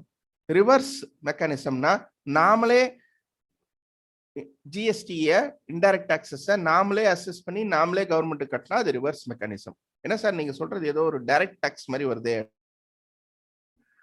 ஆமா ஆமா, அதுவும் ஒரு ரிவர்ஸ் சார்ஜ் மெக்கானிசம்ல பே பண்ற டாக்ஸ் எல்லாமே டைரக்ட் டாக்ஸ் மாதிரி தான் தெரியும் பார்க்கிறதுக்கு. இம்போர்ட் ஆஃப் சர்வீஸ் அப்படின்றது இதுதான். சர்வீஸ் என்பது ஒரு நபரிடமிருந்து பெறப்பட்ட சேவையாக இருக்கலாம், இல்லை என்றால் அது ஒரு தகவல் தொழில்நுட்பம் சார்ந்த ஒரு விஷயம், ஒரு சாஃப்ட்வேர், ஒரு சாஃப்ட் எலிமெண்டா இருக்கலாம். அது வெளிநாட்டிலிருந்து நாம் ஒரு சர்வர்ல ஆன்லைன்ல டவுன்லோட் பண்ற விஷயமா இருக்கலாம். அதே பொருளாக இருக்குன்னு வச்சுங்க, நம்ம கவலைப்படவே தேவையில்லை. கஸ்டம்ஸ் டிபார்ட்மெண்ட் இருக்கு, அவங்க இந்தியாக்குள்ள வரப்போ நம்ம கிட்ட கஸ்டம்ஸ் டியூட்டி வாங்கிடுவாங்க, இம்போர்ட்டுக்கான IGST எல்லாம் வாங்கிடுவாங்க அவங்க நம்ம கிட்ட. பொருளா இருந்துச்சுன்னா கஸ்டம்ஸ் டிபார்ட்மெண்ட் இருக்கு, அவங்க வாங்கிடுவாங்க. இது சர்வீஸா இருக்கும்போது தான் இது அப்படியே ஏர்லயே இருக்கிறது. அதுவும் இல்லாம பண பரிமாற்றம் மட்டும் தான் நடக்கும் பேங்க்ல நம்ம ஃபாரின் கரன்சி ஒரு அக்கௌண்ட்ல இருந்து இன்னொரு அக்கௌண்ட் டிரான்ஸ்ஃபர் ஆயிருக்கும். இப்ப இதை எங்க யாருக்கு பொறுப்பு வைக்கிறதுனா, இந்தியால இருக்கக்கூடிய நபர்கிட்ட தான் பொறுப்பை வைக்க முடியும், வெளிநாட்டுல இருக்கவங்கிட்ட பொறுப்பு வைக்க முடியாது. அதுதான் இங்க சொல்றாங்க. அதுதான் இங்க ரிவர்ஸ் மெக்கானிசம் அப்படின்றத நான் சொல்றேன். ஷெட்யூல் 2 பாத்தீங்கன்னு வச்சுங்களேன், ஷெட்யூல் 1 பொறுத்த வரைக்கும் கன்சிடரேஷனே இல்லைன்னாலும் அதெல்லாம் அது இம்போர்ட் ஆஃப் சர்வீஸ்ல நான் பொதுவாக அவங்க கிட்ட எக்ஸ்பிளைன் பண்ணேன். அந்த இம்போர்ட் ஆஃப் சர்வீஸ் நீங்க அதுக்கு பணமே கொடுக்கலனாலும் அது ரிலேட்டட் பர்சன், யாரோ உங்களுக்கு தெரிஞ்ச நபர்கிட்ட இருந்து வெளிநாட்டுல இருந்து நீங்க அவங்க சர்வீஸோ ஏதோ நீங்க வெளிநாட்டுல இருந்து நீங்க என்ஜாய் பண்ணிருக்கீங்கன்னாலும் அது கன்சிடரேஷனே இல்லைனாலும் அது சப்ஜெக்ட் டு GST அப்படின்றத அங்க சொல்லப்பட்டோம். இப்ப 2வது ஷெட்யூல்ல என்ன சொல்றாங்கன்னா, activities to be treated as supply of goods, supply of services. அதாவது நமக்கு GST-ல குட்ஸ் சர்வீசஸ் எல்லாம் மொத்தமா சேர்ந்து வந்துருது. இங்க என்ன ஆயிடும்னா, நமக்கு HSN கோடுனா குட்ஸ்னு ஆகுது, SSC கோடுனா சர்வீஸ் அக்கௌண்ட் கோடுனா சர்வீசஸ் ஆகுது. அப்ப இது குட்ஸ்ல வருமா சர்வீஸ்ல வருமா இப்படின்னு ஒரு நாள்பட்ட கேள்வி எல்லார் மனதிலையும் இருக்குது. குட்ஸ்ல வருமா சர்வீஸ்ல வரும்? நான் இத உங்களுக்கு ஃபர்ஸ்ட் சொல்லிடுறேன், ஷெட்யூல் 3 முடிச்சிடறேன். அதுக்கப்புறமா உங்ககிட்ட நான் ஒரு லிஸ்ட் ஆஃப் ஆக்டிவிட்டிஸை சொல்றேன். நீங்க எனக்கு சப்ளை ஆஃப் குட்ஸா சப்ளை ஆஃப் சர்வீசஸா எனக்கு சொன்னீங்கன்னா கான்செப்டை நீங்க கரெக்டா புரிஞ்சுக்கிட்டீங்களா அப்படின்றது எனக்கு தெரிய வரும். சரி, இப்போ இங்க சில விஷயங்கள் எல்லாம் சொல்லியிருக்காங்க. ஒரு பொருளின் மேல உள்ள உரிமத்தை முழுசும் ஒருத்தருக்கு டிரான்ஸ்ஃபர் பண்றீங்க அப்படின்னா அது குட்ஸ், அவ்வளவுதான், அதுல ஒண்ணுமே இல்லை. அதே நேரத்துல ஒரு பொருளுடைய பயன்பாடு, இந்த பொருள் அங்கேதான் இருக்கு, அந்த பொருளை பயன்படுத்திக்கிறதுக்கு மட்டும் நீங்க அவங்க கிட்ட ஏதாவது பணம் வாங்கிக்கிறீங்கன்னா transfer of right to use that ப்ராடக்ட்னு சொல்றாங்க. Then transfer of title of goods at a future date on payment of full consideration அது ஹையர் பர்ச்சேஸ் டிரான்சாக்ஷன். அப்போ ஹையர் பர்ச்சேஸ் டிரான்சாக்ஷனை இது சர்வீஸா குட்ஸா அப்படின்னு கேள்விப்படாது. குட்ஸ் தான். ஏன்னா பொருளை விற்கிறோம், அது கன்சிடரேஷன் லேட்டா கிடைக்குது, அவ்வளவுதான். அதனால குட்ஸ் தான் அது. அதுல என்ன மாற்ற கருத்தும் இல்லை. லேண்ட் அண்ட் பில்டிங் அது வெளிப்படையாவே இங்க சொல்லிட்டாங்க. Lease, tenancy, licence to occupy, இந்த மாதிரி எது ஒன்னாலும் பண்ணாலும் அது சப்ளை ஆஃப் சர்வீசஸ் தான். லேண்ட் பில்டிங் சார்ந்த விஷயங்கள், அதுக்கான லீஸ் அக்ரிமெண்ட்டோ ரெண்டல் அக்ரிமெண்ட்டோ, அவுட்ரைட் சேல் தான் லேண்ட் அண்ட் பில்டிங் சப்ளைலயே வராது. நம்ம அடுத்த ஷெட்யூல்ல பார்க்க போறோம். ஆனா transfer of right to use இருக்கு இல்லையா, அதனுடைய பயன்பாட்டுக்காக நம்ம பெரும் விஷயங்கள் எல்லாம் வந்து சப்ளை ஆஃப் சர்வீசஸ்ல வந்துடும். Land and building, any lease or letting out of building including commercial, industrial or residential complex. இதுல என்னன்னா commercial complex supply of services மட்டும் தான் ஜிஎஸ்டில டாக்ஸபிள். ரெசிடென்ஷியல் ரெண்ட் வருதுன்னா அது எக்ஸம்டட் சப்ளை ஆஃப் சர்வீசஸ்ல இருக்கு. ஏன்னா சப்ளை ஆஃப் சர்வீசஸ் போறோம்னா டாக்ஸபிளா எக்ஸம்டடான்றதை பார்க்கணும். குட்ஸா இருக்கும் பட்சத்துல டாக்ஸபிளா அது நில் ரேட்டட் டாக்ஸா, டாக்ஸ் இல்லாம எக்ஸம்டட் குட்ஸா அப்படின்றத பார்க்கணும். எக்ஸம்டட், நில் ரேட்டட் ரெண்டுமே வந்து ஒரே அர்த்தங்களை தான் நமக்கு கொடுக்கும். சரி, இப்ப இந்த மாதிரி லிஸ்ட் பார்த்தோமா. அடுத்து ஷெட்யூல் 2 கண்டினியூ ஆகுது. Treatment of process of another person goods. இது என்ன? Treatment of process of another person goods. இது ஒன்றும் இல்லை, சிம்பிளா சொல்லணும்னா ஜாப் ஒர்க் பண்ணி கொடுக்குறாரு. எனக்கு தெரிஞ்சவங்க வந்து நிறைய இங்க நம்ம சென்னையில எடுத்துக்கிட்டோம்னா அம்பத்தூர் மாதிரியான ஏரியாக்கள்லையும், கிண்டி மாதிரி ஏரியாக்கள்லையும், இப்போ கோயம்புத்தூர்லயும் நிறைய அந்த மாதிரி ஜாப் ஒர்க் இண்டஸ்ட்ரீஸ்லாம் இருக்கு. மதுரை எல்லா இடங்கள்லயும் இருக்கு. திருச்சி, மதுரை எல்லா இடத்துலையும் ஜாப் ஒர்க் இண்டஸ்ட்ரீஸ் இருக்கு. அங்கங்க ரெஸ்பெக்டிவ் இண்டஸ்ட்ரீஸ் இருக்கு, இன்ஜினியரிங் இண்டஸ்ட்ரி அந்த மாதிரி இருக்கு. இவங்க அவங்களுக்கு ப்ராடக்ட் வந்து வேற ஒருத்தர் சப்ளை பண்ணுவார். அவர் ஒரு டிசைன் ஸ்பெசிஃபிகேஷன் கொடுத்துருவார். இந்த மாதிரி எனக்கு இத்தனை பீஸ் எனக்கு வேணும்னு சொல்லிடுவாங்க. அந்த மாதிரி அவர் சொன்ன ஸ்பெசிஃபிகேஷன்ல அதை ரெடி பண்ணி கொடுத்துருவார். இவர் வந்து பொருள் எதுவும் வாங்கல, பொருள் எதுவும் விற்கல, ஆனா ஏதோ ஒரு ப்ராசஸ் மூணாவது மனுஷனுக்காக பண்ணி கொடுக்குறாரு. அதான் treatment of process of another person goods. அதை என்னதான் சொல்லணும்னா சப்ளை ஆஃப் சர்வீசஸா சொல்லணும், அது குட்ஸ் கிடையாது. இதை பிராக்டிக்கலா புரிஞ்சுக்கணும்னா, சார் நான் வந்து ஜாப் ஒர்க்ல மெட்டீரியல் வருது சார், அதுக்கு என்ன சார் அந்த இவே பில் போடுறப்போ அந்த மெட்டீரியல் காஸ்ட் போடணும்ல சார், அப்போ அதுக்கு டேக்ஸ் எல்லாம் போடணுமா அப்படிலாம் கேட்பாங்க. இப்போ ஜாப் ஒர்க்ல மெட்டீரியல்லாம் டிரான்ஸ்போர்ட் பண்றீங்கன்னா டிசிலேயே அனுப்பிடுவாங்க. டிசில டேக்ஸ் எல்லாம் போட மாட்டாங்க. அதுக்கெல்லாம் வந்து material sent for job work அப்படின்ற ஒரு ரிமார்க் மட்டும் அதுல போட்டுட்டு அதுக்கு டேக்ஸ் எல்லாம் வராது. ஏன்னா ஜாப் ஒர்க்குக்கு வந்து வேற ஒருத்தருடைய பொருள் தான் நம்ம கிட்ட வருது. அந்த பொருளுக்கான காசு வந்து நம்ம கொடுக்க மாட்டோம், அதெல்லாம் எதுவும் நம்ம விற்க மாட்டோம்.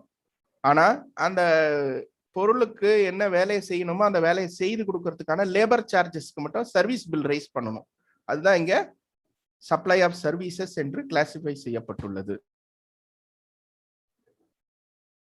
அடுத்து transfer of business assets, disposing of the business assets. இது சப்ளை ஆஃப் குட்ஸ் தான். ஏன்னா அசெட்டை விற்கிறது, அசெட்ன்றது பில்டிங் மட்டும் நான் சொல்லலை. இப்போ கம்ப்யூட்டர், டேபிள், சேரு, ஏசி எல்லாம் இருக்கு இல்லையா, இன்டீரியர் ஃபர்னிஷிங் எல்லாமே இருக்கும், டெம்பரரி ஸ்ட்ரக்சர்ஸ், இதெல்லாமே வந்து சப்ளை ஆஃப் குட்ஸ் தான்.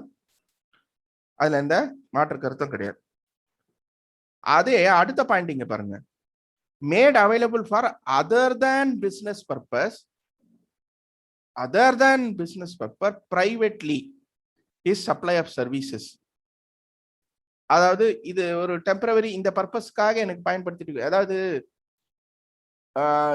இது எப்படி சொல்லுவாங்கன்னா, ஒரே ஆஃபீஸில் 2-3 ஆக்டிவிட்டி நடக்கிறதுலாம் கூட இருக்கலாம். சில இடங்கள்ல வந்து பார்த்தீங்கன்னா இந்த ஒரு ரூம் அதில் எல்லா ஃபெசிலிட்டி எல்லாம் கொடுத்து ஒரு ஆஃபீஸ் விர்ச்சுவல் ஆஃபீஸஸ் எல்லாம் கூட கொடுக்குற சர்வீசஸ்லாம் கூட இருக்கு. அந்த மாதிரி இடங்கள்ல அது சப்ளை ஆஃப் சர்வீசஸ் தான் வரும். அந்த இடத்துல குட்ஸா எதுவும் வராது. Renting, leasing, construction activity, supply of services, அதுல என்ன மாற்று கருத்து இல்லை. கடைசியா ரொம்ப முக்கியமா கவனிக்க வேண்டியது காம்போசிட் சப்ளை. ஏன்னா புரிஞ்சுக்கணும்னா காம்போசிட் சப்ளை அப்படின்றது அங்க வந்து ஒன்றுக்கு மேற்பட்ட பொருட்கள் சேவைகளை உள்ளடக்கி ஒரு விஷயத்தை சப்ளை பண்ணுவோம். நம்ம வருவாயில காம்போசிட் சப்ளைனா என்னன்னா, ஒன்றுக்கு மேற்பட்ட பொருட்கள் மற்றும் சேவைகளை உள்ளடக்கியதாக ஒரு சப்ளை நடக்கிறது என்றால் அது composite supply. Supply of services பத்தி இங்க சொல்றாங்க என்னன்னா ஃபுட். ஏன்னா உணவு என்பது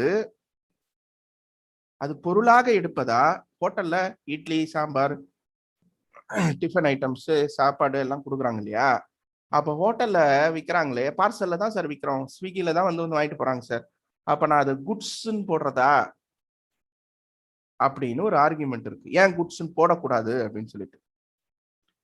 ஆனா ஃபுட் ரிலேட்டட் அதே நேரத்துல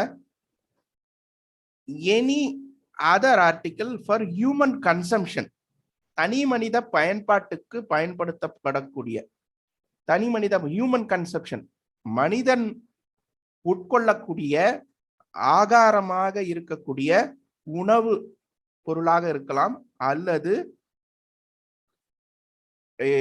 என்ன சொல்றது குளிர்பானங்களா இருக்கலாம், நீர் ஆகாரங்களாக இருக்கலாம். ஆனால் அதர் தென் ஆல்கஹாலிக் லிக்கர். ஏன்னா இன்னைக்கு டாஸ்மாக் ஐட்டம்ஸ்லாம் அது கிடையாது, ஜிஎஸ்டிக்குள்ளேயே கிடையாது. அது தெரியும் உங்களுக்கு, அது பெரிய வியாபாரம், அது ஜிஎஸ்டிக்குள்ள கிடையாது. So alcoholic liquor is a product out side GST. இப்போ ரொம்ப தெளிவே அங்க இருக்குது. மனிதன் உட்கொள்ளக்கூடிய உணவோ அல்லது நீராகாரங்கள் சார்ந்த விஷயங்கள், குளிர்பானங்களா இருக்கலாம், வேற ஏதாவது ஃப்ரூட் ட்ரிங்க்ஸா இருக்கலாம், எதுவாக இருந்தாலும் பேக்கடோ ஏதாவது சம்திங் இருக்கலாம். ஆனா அதே பிராண்டடா இருந்ததுன்னா அது வேற ஆஸ்பெக்ட். பட் வந்து நம்ம கடைகள்ல இன்ஸ்டன்டா ரெடி பண்ணி கொடுக்குறாங்க இல்லையா, மிக்சர் எல்லாம் பண்ணி ரெடி பண்ணி கொடுக்குறாங்க இல்லையா, அத விஷயங்களை சொல்றோம். அவர்கள் சப்ளை ஆஃப் சர்வீசஸா தான் கருதணும் அவங்க அப்படின்றத இங்க தெளிவா சொல்லியிருக்காங்க. ஏன்னா இப்ப ஷெட்யூல் 3 இங்க என்ன சொல்றாங்கன்னா, the activities which are neither supply of goods nor supply of services. So அனைவரும் ஆவலுடன் எதிர்பார்த்து கொண்டிருக்கும் ஒரு விஷயம் என்னன்னா, ஜிஎஸ்டி தொல்லையிலிருந்து இல்லாத அம்சங்கள் சிலது ஒரு லிஸ்ட் இருக்குதுப்பா, அது என்ன அதை பார்க்கலாம், ஜிஎஸ்டியில வராத லிஸ்ட்னு இருக்கு, அது என்ன அதை நம்ம பார்க்கலாம் அப்படின்னு சொல்லிட்டு ஆவலா இருந்தீங்கன்னா ரொம்ப சிம்பிள். அது இதுதானா, இது தெரிஞ்ச கதை தானே. ஃபர்ஸ்ட் என்ன சொல்றாங்கன்னா, services by employer to employee. இப்போ ஒரு கம்பெனில வேலை பார்க்குறோம், உங்களுக்கு சம்பளம் கொடுக்குறாங்க, அது சப்ளை ஆஃப் சர்வீஸ் தானே. நீங்க ஒரு சர்வீஸ் கொடுக்குறீங்க, கம்பெனி அதுக்கு கன்சிடரேஷனா பணம் கொடுக்குது. அப்போ உங்களை போய் ஜிஎஸ்டியில் பதிவு பண்ணி நீங்க அதுக்கு ஜிஎஸ்டி கட்டுங்க கம்பெனியில வாங்கினா அப்புறம் என்ன ஆகுறது, ஒவ்வொரு எம்ப்ளாயிஸும் ஜிஎஸ்டி ரிஜிஸ்ட்ரேஷன் பண்ணோம்னா அவ்வளவுதான், முடிஞ்சு போச்சு கதை. அதனால அது ஸ்பெசிஃபிக்கா என்ன சொல்லிட்டாங்க, இது சப்ளை ஆஃப் குட்ஸ்லயும் வராது, சப்ளை ஆஃப் சர்வீசஸும் வராது, ஜிஎஸ்டிக்குள்ளேயே வராது சம்பளம் கொடுக்கறதுலாம். Services by any court or tribunal. Tribunal வந்து மேல்முறையீட்டு ஸ்தாபனங்கள் சொல்லுவாங்க. Income tax tribunal, sales tax tribunal, முக்கியமா எம்பி எம்எல்ஏங்க, member of legislative assembly, member of parliament, panchayat, அவங்க எல்லாருக்கும் அவங்களுக்கும் சம்பளம் வரும் இல்லையா, அந்த சம்பளமும் வந்து இதுல வராது அப்படின்னு சொல்லிட்டாங்க, ஜிஎஸ்டி வரம்புக்குள்ள வராது. Duties performed by any person who holds any post and pursuant to the provisions of Constitution. அதே போல duties performed by any person, chairperson, member, director in body, corporate staff. இதுவும் எப்படி சொல்லணும்னா, CG central government, state government, எஸ்ஜினா central government state government, எல்ஏனா local authority. Services of funeral, burial, crematorium, mortuary, இறந்த பிறகு அந்த இறுதி சடங்குலாம் செய்யறாங்க இல்லையா, அங்க நடக்கும் சேவைகள் ரொம்ப பாவப்பட்ட அந்த விஷயங்களை வந்து ஜிஎஸ்டில இருந்து இல்ல அப்படின்னு சொல்லிட்டாங்க. Sale of land, sale of building, அதாவது ஒரு நிலத்தை நிலமாகவே விற்கும் பொழுதும் ஒரு கட்டிடம் பில்டிங் முழுவதும் கட்டி முடிக்கப்பட்ட கட்டிடம். ரொம்ப முக்கியம் அந்த பாயிண்ட். ஒரு வீடு பில்டிங்கா விற்கும் பொழுதும் அதுக்கு ஜிஎஸ்டி வராது, ஸ்டாம்ப் டியூட்டி தான். ரிஜிஸ்ட்ரேஷன் ஆபீஸ்ல ஸ்டாம்ப் டியூட்டி தான் கட்டுவாங்க. கடைசியா actionable claims other than lottery betting gambling அது எல்லாமே வந்து சப்ளைல வராது. அப்புறம் டர்ன் ஓவர் என்பது சப்ளை என்பது ஜிஎஸ்டி சட்டத்தில் எதையெல்லாம் குறிப்பிடுகிறோம், டர்ன் ஓவர் இன்கம் டாக்ஸில் என்பதை எதை குறிப்பிடுகிறோம் என்பது இந்த டேபுலர் காலம் உங்களுக்கு விளக்கும். அதே போல இங்க எக்ஸம்டட் நில் ரேட்டட் சப்ளைஸ் அதை பத்தியும் இதெல்லாம், அதாவது எக்ஸம்டட் நில் ரேட்டட் நான் taxable supply zero rated supply. அது என்ன ஜீரோ எக்ஸம்ட் நில் ரேட்னு வேற ஒன்று சொல்றீங்க, அது இல்லாம ஜீரோ ரேட்னு வேற சொல்றீங்களா? அது என்னங்கன்னா ஜீரோ ரேட் அப்படின்னு சொன்னாலே அது வந்து எக்ஸ்போர்ட் சார்ந்த விஷயம், வெளிநாட்டுக்கு நம்ம எக்ஸ்போர்ட் பண்ற சார்ந்த விஷயம். அதே போல SEZ எனப்படும் பிரத்யேகமா ஏற்றுமதிக்காக உருவாக்கப்பட்ட தளங்கள், அது இந்தியாவுக்குள்ள ஏற்படுத்தப்பட்ட தளங்கள் SEZ எனப்படும் ஜோன்களுக்கு சப்ளை செய்தாலும் அது வெளிநாட்டுக்கு சப்ளை செய்ததாக தான் கருதப்படும். அதை வந்து ஜீரோ ரேட்டட் சொல்லுவாங்க. ஏன் அதை ஜீரோ ரேட்டட் தனிமைப்படுத்தி சொல்றாங்கன்னா, ஜீரோ ரேட்டட் சப்ளைஸ்க்கு வந்து ஒரு கன்செஷன்ஸ்லாம் இருக்கு. அது என்னன்னா, ஜீரோ ரேட்டட் சப்ளைஸ்ன்றதால அது வெளிநாட்டுக்கு செல்வதால் அந்த பொருட்கள் மேல் எவ்வளவுதான் ஜிஎஸ்டி நமக்கு பர்சன்டேஜ் அப்ளிகபிள் டாக்ஸபிலிட்டி இருந்தாலும் எக்ஸ்போர்ட் செய்வதால் அதுக்கு ஜீரோ டாக்ஸ் தான், அது டாக்ஸே கிடையாது. அப்படி இருக்கப்போ அந்த பொருளை உற்பத்தி செய்வதால் இல்ல அந்த பொருளை நம்ம லோக்கலா வாங்குறதுனால டாக்ஸ் கட்டி வாங்கியிருப்போம் இல்லையா, இன்புட் டாக்ஸ் கிரெடிட். அந்த இன்புட் டாக்ஸ் கிரெடிட்டை நம்மளால அட்ஜஸ்டே பண்ண முடியாது நம்ம எக்ஸ்போர்ட் முழுசுமா பண்றோம்னா. அப்ப அந்த இடத்துல நம்ம கட்டின இன்புட் டாக்ஸ் கிரெடிட்டையும் கவர்மெண்ட் நமக்கு ரீஃபண்டா கொடுப்பாங்க. இந்த ஒரே ஒரு தருவாயில மட்டும்தான் இன்புட் டாக்ஸ் கிரெடிட்டை ரீஃபண்டா கவர்மெண்ட் கொடுக்குறாங்க. ஏன்னா அந்நிய செலாவணிகள் இந்தியாவிற்கு வரணும்ன்றதுக்காகவும், அப்ப நீங்க டாக்ஸ் உங்களுக்கு ரீஃபண்டா கொடுத்தாங்கன்னா நீங்க இன்னும் கொஞ்சம் பொருளுடைய விலையை குறைச்சி நீங்க சப்ளை பண்ணுவீங்க வெளிநாட்டுக்கு இல்லையா. அதனால் ஏற்றுமதியை ஊக்குவிப்பதற்காக ஜீரோ ரேட்டட் சப்ளைஸ்ல மட்டும் இன்புட் டாக்ஸ் கிரெடிட்டை ரீஃபண்ட் வாங்கிக்கலாம். அதுக்கு தனி ப்ரொசீஜர் இருக்கு, ரீஃபண்டுக்கு அப்ளிகேஷன் ப்ராசஸ் எல்லாமே இருக்கு. அது அவுட்வர்ட் சப்ளை இன்வர்ட் சப்ளை இதை பத்தி நம்ம பார்த்துட்டோம். ஒன்றுக்கு மேற்பட்ட, அதாவது இரண்டோ அல்லது இரண்டுக்கு மேற்பட்ட பொருட்கள் மற்றும் சேவைகளை ஒன்றிணைத்து சப்ளை செய்யும் பொழுது எனக்கு அங்கே காம்போசிட் சப்ளையா மிக்சட் சப்ளையா என்ற கேள்வி வருகிறது. ஏன்னா இரண்டுக்கு மேற்பட்ட பொருட்கள் சேவைகளை சப்ளை பண்ணாலே அது வந்து என்ன டாக்ஸ் ரேட், ஏன்னா ஒவ்வொரு ப்ராடக்ட் சர்வீஸும் ஒரு டாக்ஸ் ரேட் இருக்கும்.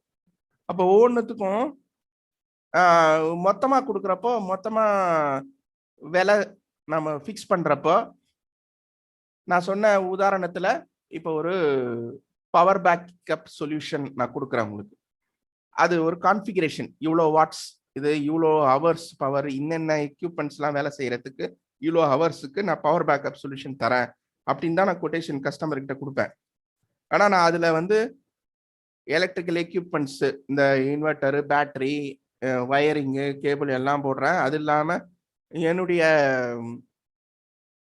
ப்ரொஃபஷனல் சர்வீஸும் அதில் இருக்கு. எல்லாத்துக்கும் சேர்த்து தான் மொத்தமாக நான் வேலை பார்க்க கொடுக்குறேன். இப்போ பேட்டரிக்கு ஒரு டாக்ஸ் இருக்கும், இதுக்கு ஒரு சரி இருக்கும். இப்போ இதை ஒரு சர்வீஸாக நான் கொடுக்குறப்போ அதுக்கு நான் என்ன சார்ஜ் பண்ணணும்னா அங்கதான் வந்து கேள்வி வருது. அப்ப அந்த இடத்துல என்ன இங்க டிசைடிங் ஃபேக்டரா இருக்குன்னா, காம்போசிட் சப்ளைக்கு நேச்சுரலி பண்டில்டு அப்படின்னு ஒரு வார்த்தையை சொல்றாங்க. அதாவது இயற்கையாகவே அந்த combination of goods and services ஒன்றாகத்தான் கொடுக்கணும், தனித்தனியா பிரிச்சு கொடுத்தா அது அர்த்தம் இல்லாததாயிடும் அப்படின்னா அதை தான் காம்போசிட் சப்ளை சொல்லுவோம். ஆனா மிக்சட் சப்ளைல அப்படி இல்லை. நாம ஏதோ ஒரு சலுகைக்காக, ஒரு கிளியரன்ஸ் சேலுக்காக, இல்ல ஒரு ஆஃபருக்காக ஒரு 4-5 விஷயத்த ஒன்னா சேர்த்து ஒரு சிங்கிள் பிரைஸ் ஃபிக்ஸ் பண்றோம்னா அது மிக்சட் பிரைஸ்.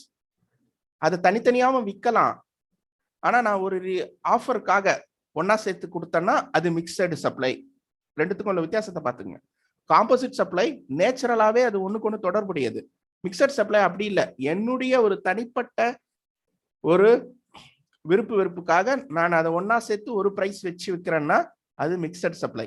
உதாரணத்துக்கு சூப்பர் மார்க்கெட்ல எல்லாம் வந்து அப்பப்போ Friday offer, Saturday offer, Sunday ஆஃபர்னு போட்டு மொத்தமா காம்போ ஆஃப் குட்ஸ் விற்கிறாங்கல்ல, அந்த இடத்துல அந்த கான்செப்ட் அது மிக்சட் சப்ளை. இது ரெண்டுத்துலயும் என்னன்னா டாக்ஸ் ரேட் எதை போடணும் அப்படின்றது. ஏன்னா ரெண்டுத்துலயுமே 2க்கும் மேற்பட்ட பொருட்கள் அதுல உள்ளடங்கி இருக்கும். காம்போசிட் சப்ளைல பிரின்சிபல் சப்ளை, முதன்மையா என்ன சப்ளை பண்றோமோ அதனுடைய டாக்ஸ் ரேட் தான் எல்லாத்துக்கும் அப்ளை ஆகும்ன்றது.